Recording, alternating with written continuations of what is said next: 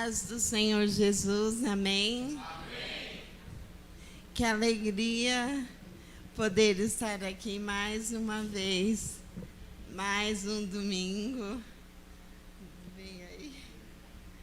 Deixa eu deixar meu marido arrumar, senão eu vou apanhar do microfone.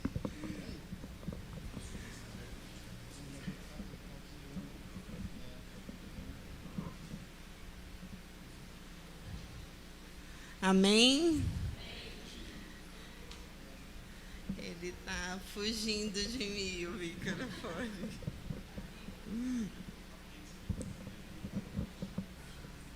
Aí, deu certo. Vamos ler o nosso texto, começar lendo, porque hoje é dia do Senhor, da palavra do Senhor, de aprender aquilo que o Senhor tem para nós nesse domingo, amém? E o texto está em 1 Coríntios 1, versículo de 21 a 31. E diz assim: pois Deus, na sua sabedoria, não deixou que os seres humanos o conhecessem por meio da sabedoria deles. Pelo contrário, resolveu salvar aqueles que creem, e fez isso por meio da mensagem que anunciamos, a qual é chamada de louca. Os judeus pedem milagres como prova, e os não-judeus procuram a sabedoria. Mas nós anunciamos o Cristo crucificado, uma mensagem que para os judeus é ofensa e para os gentios é loucura, mas para aqueles que creem e que Deus tem chamado, tanto judeus como gentios, Cristo é o poder de Deus e a sabedoria de Deus. Amém. Podemos repetir isso? Cristo é o poder de Deus e a sabedoria de Deus, pois aquilo que parece ser loucura de Deus é mais sábio do que a sabedoria humana. E aquilo que parece ser a fraqueza de Deus é mais forte do que a força humana. Agora, meus irmãos, lembrem do que vocês eram quando Deus os chamou. Do ponto de vista humano, poucos de vocês eram sábios ou poderosos, ou de famílias importantes. Porém, para envergonhar os sábios, Deus escolheu aquilo que o mundo acha loucura. E para envergonhar os poderosos, Ele escolheu o que o mundo acha fraco. Amém? Amém? A palavra de Deus, linda, maravilhosa, que por si só já nos diz muitas coisas, mas nós vamos ousar aqui falar um pouco sobre isso. Amém? E eu não sei se vocês sabem, mas existe um modo, um jeito de ser que muitos consideravam loucura. Aliás, a loucura, por muito tempo, foi falta de diagnóstico. Tudo que era fora do comum era considerado loucura.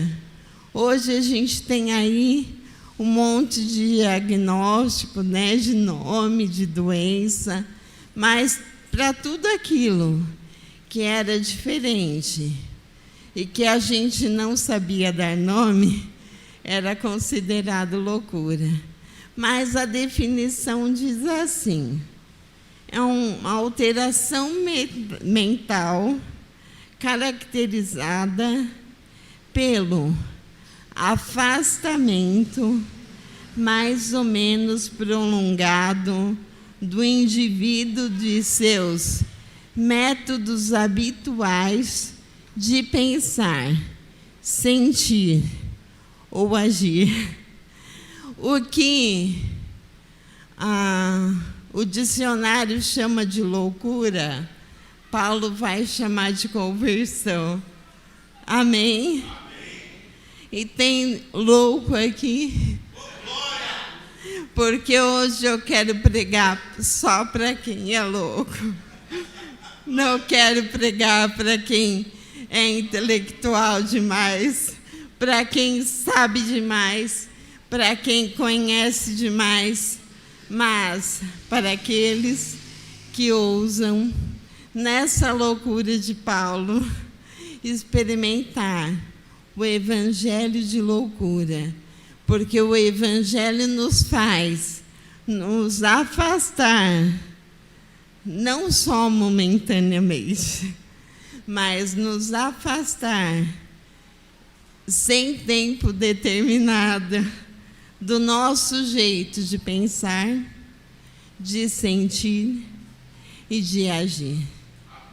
E eu te convido e me convido a arriscar esse jeito estranho de ser,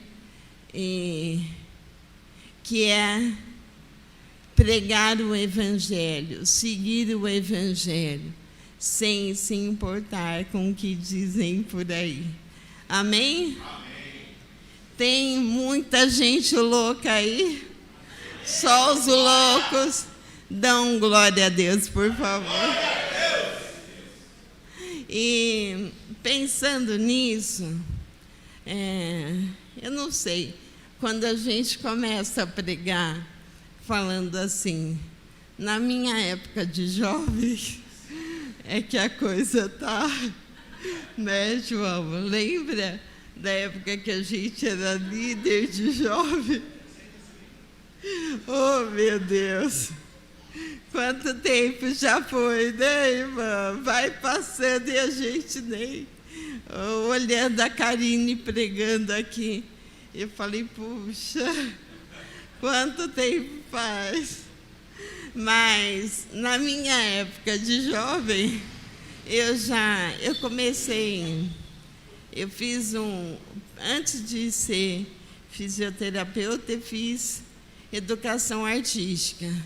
E eu comecei a estagiar bem cedo numa escola de artes. E nessa época, os jovens, eu era jovem também, mas eu não era muito voltada assim, para os movimentos de rock da época e tal. E nessa época, tinha uma banda de rock que virou febre entre os jovens. E eu olhava para aquele rapaz, o vocalista, e ele compunha muita coisa. E eu achava ele de uma sensibilidade e de uma profundidade, mas eu sempre pensava o que seria aquele rapaz nas mãos do Senhor. Mas ele estava muito longe de ser crente, gente. Palavreado, difícil de ouvir, mas de uma sensibilidade e criatividade invejável. E aí, um tempo depois, esse vocês conhecem com certeza, alguém conhece o Rodolfo Abrantes? Tá vendo? Não estou tão velha assim. Também era da minha época de jovem. e ele se converteu. E um dia ele convidou esse outro rapaz, que tinha o apelido de Chorão, para ir na igreja Bola de Neve. E, com isso, depois dessa visita na Bola de Neve, ele compôs uma música que diz mais ou menos assim: só os loucos sabem. Agora eu sei exatamente o que fazer. Bom recomeçar, poder contar com você, pois eu me lembro de tudo, irmão. Eu estava lá também. O homem, quando está em paz, não quer guerra com ninguém. Segurei as minhas lágrimas, pois não queria demonstrar emoção, já que estava ali só para observar e aprender um pouco mais sobre a percepção. E dizem que é impossível encontrar o amor sem perder a razão. Mas o impossível é só uma questão de opinião. E disso os loucos sabem, só os loucos sabem. Olha, irmãos, eu fiquei... Depois a música virou comercial, o clipe não tem nada a ver, mas eu fiquei com isso no meu coração, que se ele tivesse se permitido, o quanto Deus teria usado a vida dele também. E o quanto ele seria, instrumento, porque Deus falou com ele. E eu tenho certeza que era esse texto de Paulo que eles estavam pregando. E ele percebeu uma coisa, prestem atenção. Ele não disse, os loucos tentam, os loucos querem aprender. Ele diz, os loucos sabem. Porque Paulo vai dizer que Deus escondeu segredos daqueles que se acham muito intelectuais, daqueles que acham que sabem muito. Mas, no fundo, ele percebeu, mesmo não sendo crente, que existe um saber que está no povo de Deus. Está naqueles que são considerados loucos pelo mundo aí fora, naqueles que ousam louvar a Deus num momento bom e num momento ruim, aqueles que ousam acreditar que Deus vale a pena em todo tempo. A esses irmãos, a esses que aceitam aquilo que vem do Senhor, mesmo não vendo milagres, esses o Senhor revela coisas do alto. Imagina só, se hoje eu chegasse aqui e falasse, irmãos, Deus me disse uma coisa, que daqui para frente, loucura, tá, gente? Isso é coisa da minha cabeça. Deus não falou nada disso. Daqui para frente, Ele não vai abençoar mais ninguém. Ele só vai ministrar a palavra dEle. A gente continuaria vindo aprender do Senhor? Sem as bênçãos, sem ganhar nada do Senhor, só aquilo que Ele já nos deu, que é a nossa vida e que é valiosa. Será que nós servimos o Senhor, mesmo não esperando nada dEle? E se isso acontecesse, se no outro domingo viesse pessoas querendo aprender a palavra, ainda que Deus não prometesse nada, Ele revelaria coisas extraordinárias. Porque isso é loucura. Loucura é crer em Deus, servir a Deus não pelo que Ele faz, mas por quem Ele é. Amém? Então, vamos lá. Primeiro que Paulo já vive uma loucura. Paulo está preso quando escreve a Coríntio. Agora, imagina isso. Paulo preso, em toda essa alegria, essa vivacidade da carta, escrevendo ao povo de uma igreja que vive dividida entre dois mundos. Porque, naquele momento, a filosofia grega era muito forte. Muito forte. Por isso ele começa, se vocês pegarem do 17 em diante, vão ver que ele começa a falar disso. Os cristãos estão no meio. De um lado, os intelectuais, aqueles que alguns são agnósticos, não creem, outros defendem o ateísmo, e existem também ali alguns filósofos cristãos, mas é a minoria. E do outro lado, os escribas judeus, que são os doutores da lei, aqueles que transcrevem a palavra de Deus dia e noite e que conhecem ela em cada vírgula, em cada traço. E de um lado são os intelectuais, do outro lado os religiosos. E no meio, um povo estranho, chamado por um Deus que ousou dar o seu Filho único. Se hoje isso parece loucura, quando você fala para um amigo seu que não é crente, que Jesus morreu por ele, imagina naquela época, que os judeus não acreditavam e combatiam. E fervendo ali, todo no berço, da Grécia, surgindo toda a cadeia de pensamento.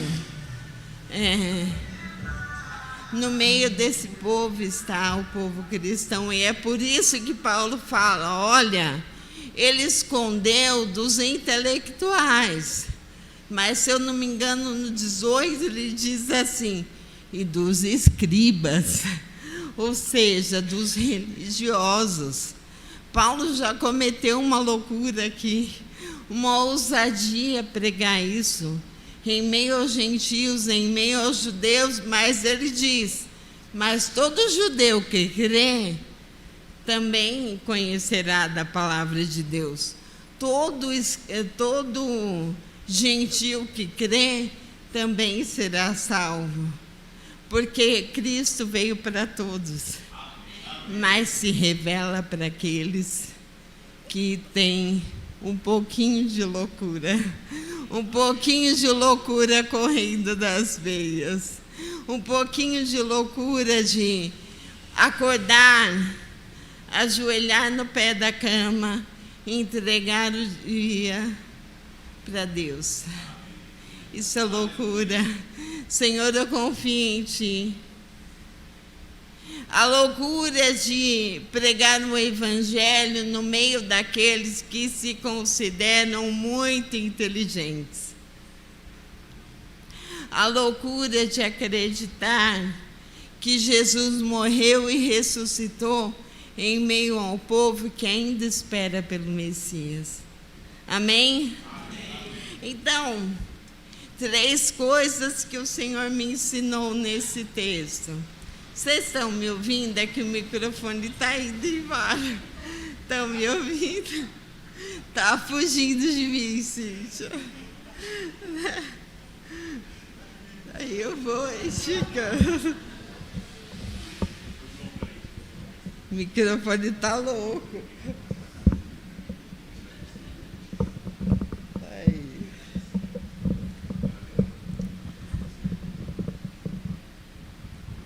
Amém. Aí. Bom, até hoje é assim. Existem 3 tipos de pessoas. Você já evangelizou alguém que se diz ateu? Ou é muito intelectual? Então você fala assim para a pessoa: mas olha, o povo atravessou o mar a pés enxutos. Aí ele diz: como? Era possível? Aí ele vai estudar o tipo de mar, aonde está, se acontece. Eu já ouvi isso na faculdade de teologia, tinha muitas discussões assim, que é loucura, gente. O pessoal fica tentando entender como Deus fez e a gente é que é louco. Não, gente, Deus é que faz do jeito que Ele quer. A Bíblia, gente, quando você for evangelizar alguém assim, diz: olha, a Bíblia não é livro científico, a Bíblia é um livro de testemunho. E se eu contar para vocês, irmãos, esta madrugada Deus me chamou para orar. Vocês vão acreditar? Não sei. Eu sei que Ele chamou. Então, a Bíblia parte desse sentido de testemunhos. O povo passou a pé enxuto. Será que... Olha, dizem que baixava o mar num determinado horário. Está indo embora, Davi. Eu estou achando que... pastor, você está bravo comigo?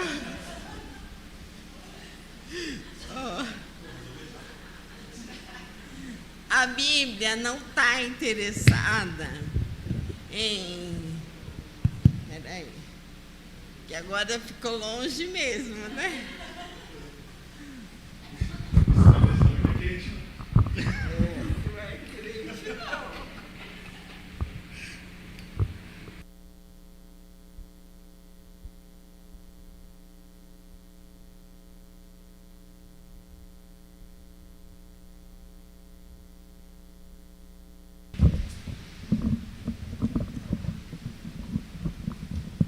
Deixa eu ficar boa, quando Deus restaurar, aí vocês vão ver.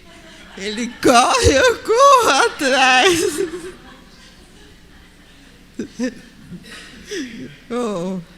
Mas então, esse tipo de pessoa vai ter sempre uma pergunta: como ou por quê? Gente, não caia na bobagem de perguntar isso na sua vida.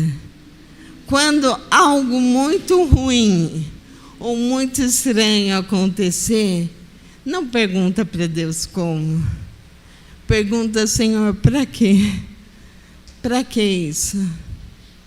Porque a Bíblia responde: para quê? O mar se abriu. Para quê?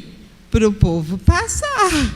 Um monte de louco que acreditou em Moisés passou lá a pés enxutos. Você passaria olhando o mar de um lado do outro?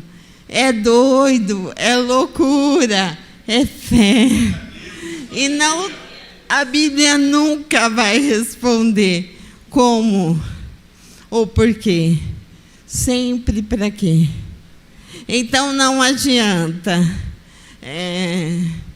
Quando eu fiz pós em anatomia, e quanto mais você vai estudando, mais ateu você vai encontrando, né? Porque a tendência é essa.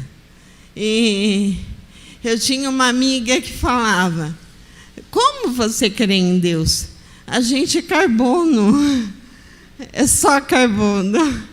E diante da anatomia, gente, não tem como não acreditar que Deus não existe, porque tudo é tão perfeito.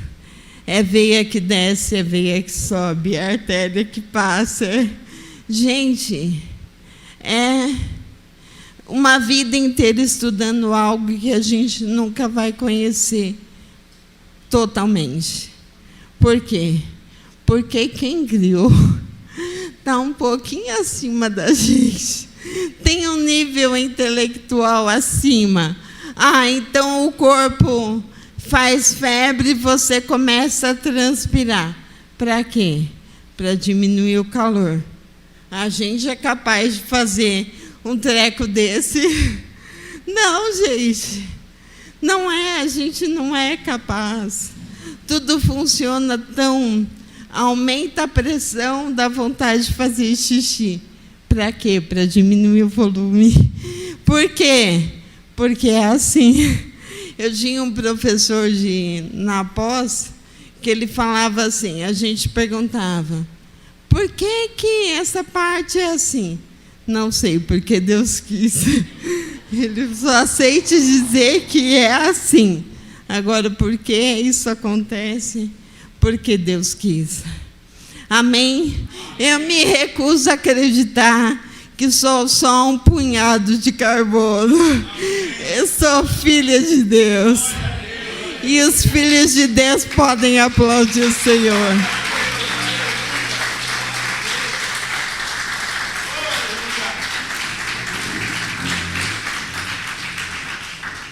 Gente, vocês já pararam para pensar que dá muito mais trabalho não acreditar em Deus do que acreditar? Porque quando eu digo Deus criou, pronto, eu não preciso saber, né? Ele quis assim, ele fez assim. Deus não existe, então eu tenho que ser no mínimo onipresente para dizer: eu estou em todos os lugares e não vejo Deus. Dá muito mais trabalho, gente. Ser ateu dá muito mais trabalho. Eu prefiro acreditar que Deus sonhou comigo assim, tagarela, faladora, para desespero do meu marido, brava, às vezes calma, e com um monte de defeito e com um monte de coisa que eu preciso aprender dele a cada dia. Amém? Você é um projeto do Senhor. Você é filho e filha do Senhor. Em sua vida há liberdade. Porque aonde o Santo Espírito habita, aí há liberdade. A gente não está preso a porque, e sim, para que, Senhor? Me fala, me mostra que eu vou tentar chegar lá. Amém? Existem também outros tipos de pessoa que Paulo encontrou e conheceu muito bem, que eram as pessoas cheias da lei, muito religiosas. Você já conheceu irmão assim? Não vale denunciar, não vale olhar de canto de olho. Conhece mais lei que o vadimeco, né? É aquela pessoa que é toda cheia, toda engessada, tem horário para tudo, nada pode sair do controle. Não. A irmã disse amém, mas o amém dela não foi adequado. Que tem que falar assim, tem que ser daquele jeito. É um jeito engessado, porque, claro que Jesus veio para que se cumprisse a lei. Aliás, quando Jesus vem, ele deixa ainda pior, porque ele fala assim: a lei diz que você não pode adulterar, mas se você pensar na mulher com outra intenção, já pecou, já adulterou. Mas o que Jesus quer dizer é que a lei ela tem que estar no coração, para que o Espírito Santo possa agir. Mas é a minha graça, é a graça de Deus que nos permite, porque senão a gente começa a cair em tentação de achar que se fizermos tudo certinho, a gente merece algo do Senhor. E a gente nunca vai merecer. É só pela graça. Porque nós sempre estaremos aquém, mesmo cumprindo a lei. Nós sempre estaremos aquém do Senhor Jesus. Se não for a graça dele, o sangue precioso do Senhor derramado naquela cruz, por mim, por você, por cada um de nós aqui, nada teríamos com o Senhor. Não poderíamos ter acesso ao nosso Abba, ao nosso Paizinho, ao nosso Deus, que se levanta e que nos levanta todas as manhãs para dizer: seu louco, sua louca, sai dessa cama, porque eu morri por você, porque eu te dei a vida. Vai levar a minha palavra. Como? Aí sim, como? Com tudo que eu tenho. Eu vou atender os meus velhinhos da melhor forma possível. Eu vou estar no escritório lá trabalhando da melhor forma possível. As pessoas vão te olhar e dizer: existe um Deus na vida dela. Você já viveu a experiência das pessoas falando bobagem ou palavrões e saírem de perto porque você chegou? Porque um pedacinho, uma célula que não é só carbono, que é uma parte do corpo de Cristo, chegou ali. E onde está o corpo de Cristo, habita o Espírito. E onde habita o Espírito, há liberdade para que o Senhor possa agir. E para que nós possamos, com nossas atitudes, nosso jeito, dizer: vale a pena. Eu sirvo um Deus que vale muito a pena. Amém? E existe um terceiro tipo de pessoa, que é o que Paulo nos convida nessa noite, que o Senhor nos convida através de Paulo. Você já viveu a experiência de ir para um lugar porque Deus mandou e todo mundo falando: o que você vai fazer lá? Pastora, não é essa loucura do Espírito. Loucura de quem conhece. Conhece o quê? A voz do Senhor. Não é? Quem é ovelha conhece a voz do... E é essa voz que nos rege, que nos governa, que nos conduz e que nos estimula a continuar, mesmo com tudo dando errado às vezes. Porque quando dá certo é fácil. É fácil glorificar a Deus. Mas quando tudo diz que não, irmãos, é difícil. Eu vou te falar que se Deus não me acordar todos os dias e me lembrar que Ele é comigo, nesse período que eu tenho vivido, nesse momento que eu tenho vivido. É loucura eu estar aqui hoje pregando, irmãos. Eu já falei, minha data de validade, segundo o médico, já venceu.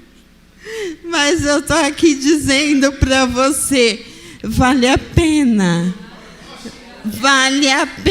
confiar, vale a pena se esforçar, vale a pena levantar os braços, que um dia eu vou, e dizer, o Senhor é grande, o Senhor é bom, em todo tempo Ele dá livramento, em todo tempo Ele caminha conosco. Irmãos, eu e minha família temos vivido essa batalha, que vocês sabem. E eu vou te dizer uma coisa, eu choro muito, né, pastora? A pastora viveu algo parecido com o que eu vivo, e ela sabe quanto é difícil. Eu choro, eu me entristeço, eu quero largar. E eu falo assim, mas se eu largar, eu vou largar para ir aonde? Para ir para onde? Só tem esse caminho, gente. E olha, eu vou te falar que Deus está comigo. E eu sinto a presença de Deus todos os dias. Nos deu viagens maravilhosas que nós nem teríamos como fazer naquele momento. Foi Deus. De um dia para o outro, vamos, né? Deus, o tempo todo ali. Ah, mas você não consegue andar muito. Mas Deus me levou para lugares longes. Faz sentido isso? Não faz, porque minhas pernas não aguentam. Mas eu sirvo um Deus que me leva. Amém? Eu sirvo um Deus que me alegra no meio de tanta dor. Eu sirvo um Deus que me deu filhos maravilhosos e um marido maravilhoso. E tem gente, vocês não têm noção. Não vocês aqui, porque vocês são discretos. Mas tem gente que pergunta para mim, minha irmã, seu casamento não está balançando, não? Olha só, que maldade. Porque você, né, tem muitas dificuldades. Gente, eu vou te falar uma coisa. Não é mentira, porque meu marido está aqui.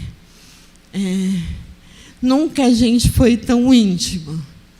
Nunca a gente foi tão feliz. Saiu a pressa da paixão e ficou o amor. O amor que faz com que a gente se descubra de formas diferentes.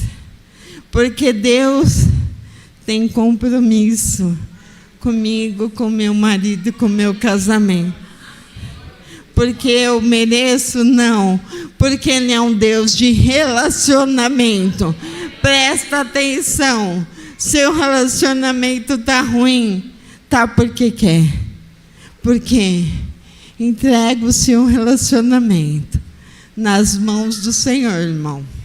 E vê o que Ele vai fazer. Porque Deus é um Deus de relacionamentos. Eu tenho 2 filhos que tudo que vão fazer pensam em mim. Fazem revezamento para eu não ficar sozinha. E isso, gente, é fruto colhido na época certa, de um Deus maravilhoso. O Lucas é pentecostal, né? O Lucas é do manto. Ele levanta de madrugada, quando não, ele está na beira da minha cama orando. Ele é do manto. Deus mandou orar, mãe. E é assim. Então, existe uma grande tragédia anunciada pelos médicos, mas a palavra de Deus é a última palavra em todo o tempo na vida do crente. Amém? É uma loucura viver o que eu vivo. Como eu tenho certeza que tem situações na vida de vocês que é loucura. E a gente não explica. Eu não sei como Deus vai fazer. Porque se eu for pensar como físio, eu perco todas as minhas esperanças. Mas eu não preciso saber como. Eu só preciso crer e confiar que Ele fará da melhor forma no tempo dele. Amém?